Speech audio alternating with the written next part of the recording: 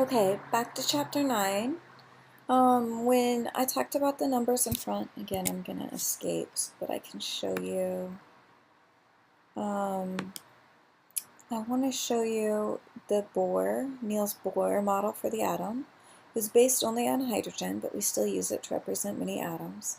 The nucleus is right here, and then when you see the 1 in front, so like 1s, 2s, as we were going through, it represents, I said, how far it is from the nucleus. This is n equals 1. This is the overall energy. Sometimes they'll call it the principal energy.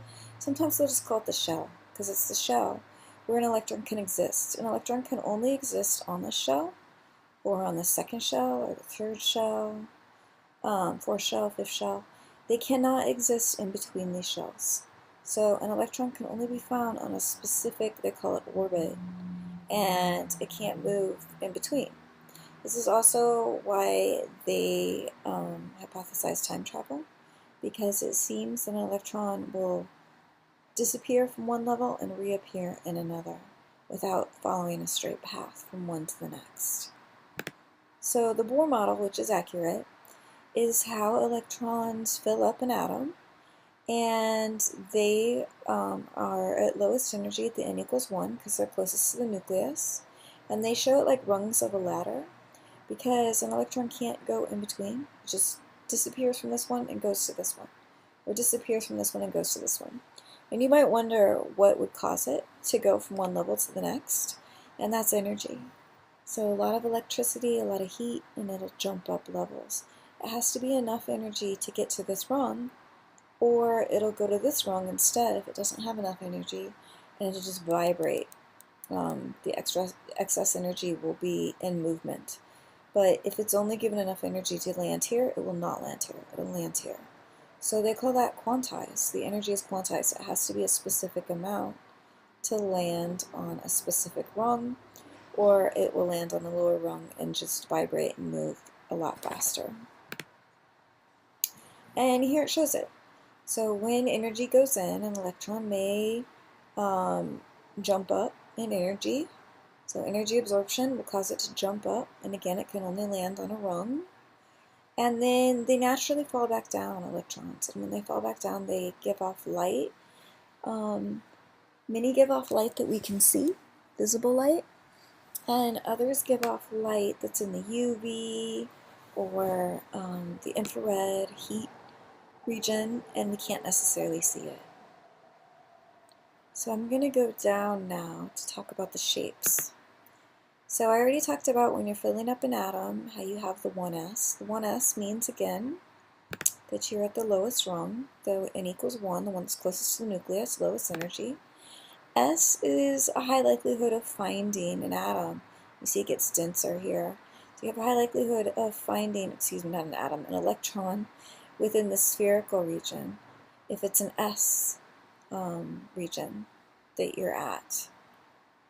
And as S gets bigger, so you go from 1s to 2s, say, then it's still a sphere. It doesn't change shapes. It just turns into a bigger sphere. The P, they call dumbbells. They, again, are really probability charts with high density, meaning a high possibility of finding, or high probability of finding an electron. And they call them dumbbells or barbells. And they have 3 of the P. Each one can hold 2 electrons. Usually it's one here, one here, one here, one here, one here, one here. They call these orbitals. So each one is called an orbital, but the P overall, all 3 of them, are called a subshell. And the S, there's only one, so it's an orbital, but each S is also a subshell. But again, there's only one orbital for each S. This is the S subshell. Both of these together make up the S subshell. And then all of these orbitals, these 3 orbitals, which can hold 2 electrons, each make up the P subshell. So the P can hold 6 electrons total. It doesn't have to, but it can. And then the D get a little wilder looking. Even though they have 4, they call them nodes, they only hold 2 electrons. But the electrons, they move about. So they could be here. You have a high probability of finding it basically in one of these 4 regions. And if there's 2, then they move about in these 4 regions. So notice that the D looks like a clover. And there's 1, 2, 3, 4, 5 orbitals.